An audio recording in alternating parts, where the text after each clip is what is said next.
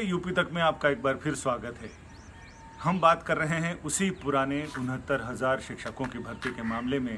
यहाँ तो ऐसा है कि मर्ज बढ़ता गया जो दवा की, जैसे जैसे मामला सामने आ रहा है वैसे वैसे और चीज़ें गहरी होती जा रही। लेकिन ये तो सच है कि इस मामले ने प्रदेश सरकार के तमाम दावों को आईना दिखा दिया है इस भर्ती के रिजल्ट ने। 69,000 शिक्षकों की भर्ती का मामला कब से लटका चला आ रहा है, 2018 से। अब अगर रिजल्ट आए तो उसमें और नई नई चीजें सामने आ रही हैं, भ्रष्टाचार के नए नए उदाहरण, नए नए नमूने, नई नई मिसालें। कैसे अर्चना तिवारी, जब रिजल्ट आया लोग चौंक गए, क्योंकि जब मेरिट लिस्ट आई तो उसमें लोगों ने देखा कि अर्चना तिवारी नाम की एक महिला वो ओबीसी कैटेगरी में है। इस पर फिर चर्चा हुई और बातों का खुलासा हुआ। अर्चना तिवारी ने दावा किया कि वो गोसाई हैं, आजमगढ़ के एक गाँव की रहने वाली हैं। उनका कहना गोसाई है और गोसाई हमेशा ओबीसी में आते हैं। दूसरा मामला, रिजल्ट आने के ठीक पहले, रिजल्ट आने के ठीक बाद ये सामने आया कि कुछ खास परिवार के लोग, खास करके प्रयागराज के संगम में, गंगा यमुना और सरस्वती का तो संगम है, लेकिन यहाँ भ्रष्टाचार और अपराधियों और अफसरों की मिली भगत का संगम, ये तो जबरदस्त है। एक साहब, मैं तो नाम लेके कहता हूँ, गोरख सिंह का परिवार है, उनके परिवार के सारे लोग 150 में से 142 147 नंबर लेकर आए। एक कोई तिवारी जी के बच्चे हैं, उनके परिवार के लोगों के ऐसे 142 146 147 नंबर हैं। इसी तरह एक सिंह साहब हैं, उनके भी बच्चे हैं।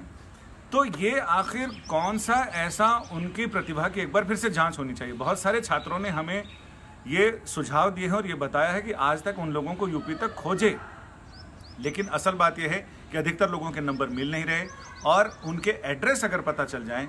लेकिन हाँ, कुछ लोगों ने, ऐसे लोगों के जिनको 142 147 नंबर आए हैं, उनमें से एक महेंद्र हैं, उनसे जब लोगों ने पूछा कि भारत के राष्ट्रपति का नाम क्या है तो उनको पता नहीं था।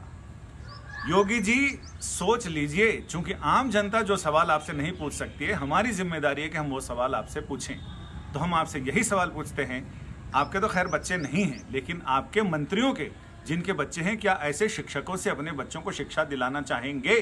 दूसरा बड़ा सवाल यह है कि इस पर रोक लगाने की उत्तर प्रदेश सरकार ने राज्य में 69,000 बेसिक शिक्षकों की भर्ती पर रोक लगाने के सिंगल जज बेंच के फैसले को चुनौती दी है और इस विशेष अपील को 9 जून के लिए, यानी मंगलवार के लिए सुनवाई के लिए सूचीबद्ध किया गया। न्यायमूर्ति पंकज जायसवाल और न्यायमूर्ति दिनेश कुमार सिंह की डिवीजन बेंच इस मामले की सुनवाई करने वाली है। लेकिन बड़ी बात यह है कि जो आरक्षित वर्ग के लोग हैं, उनका कहना है कि उनके साथ भी भेदभाव हो रहा है।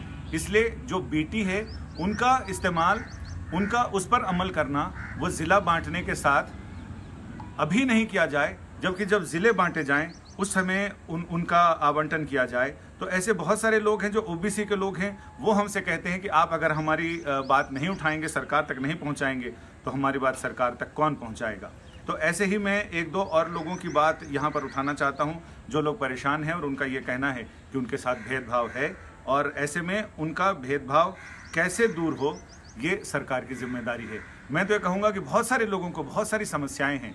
इस 69,000 की भर्ती ने बहुत सारी पोल खोल के रख दी है सरकारी व्यवस्था की।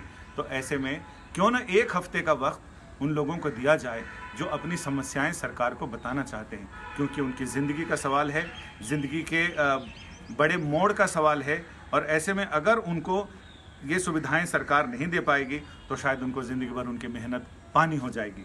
जो आरक्षित वर्ग के लोग हैं, उन्होंने ट्विटर हैंडल चलाया है आरक्षण बचाओ, और उनका ये कहना है कि उनके साथ उन्होंने लिखा है कि एमआरसी गलत नहीं है, बीटी गलत नहीं है, लेकिन ये उस समय जब ज़िलों का आवंटन हो उस समय उनको लगाई जानी चाहिए। अब ये जो टेक्निकल वर्ड्स हैं, ये तो मुझे भी इसका मतलब नहीं मालूम और इनसे मैंने कहा भी है।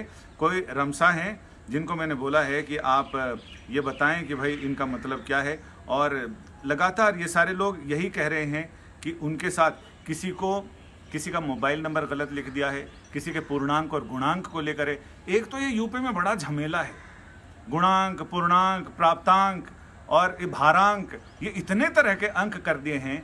इसको अगर एकांकी कर दिया जाए तो ज़्यादा बढ़िया होगा। और इसमें यह भी कि बहुत सारे लोग 5 लाख 7 लाख 10 लाख लेकर पास कराने का ठेका ले रहे थे, वो भी संगम नगरी में। राजनीति से जुड़े हुए लोग, क्या सरकार को अपने गिरेबान में झांक कर देखना नहीं चाहिए?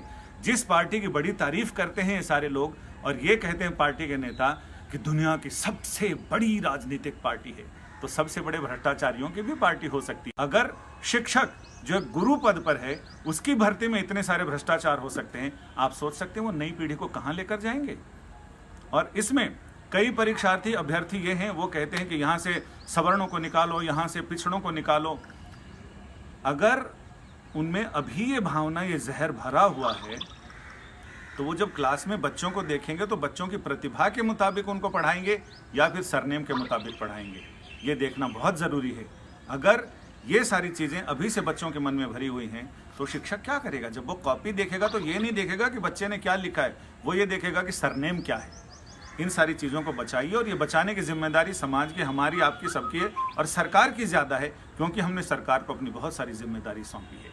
उम्मीद करते हैं कि ये बच्चे जो हमें यहाँ तक अपनी चीज़ें बता रहे हैं वो शायद आगे सरकार तक हमें चीज़ें बताएं, ताकि जो उनकी परेशानी है उसे दूर किया जाए और इसको एक अच्छे माहौल में इसका रिजल्ट ऐसा आए कि आगे आने वाली पीढ़ियों के लिए समतल धरातल मिले, विकास करने के लिए चौड़ी सड़क मिले, ना कि उनके लिए रोड़े अटकाए।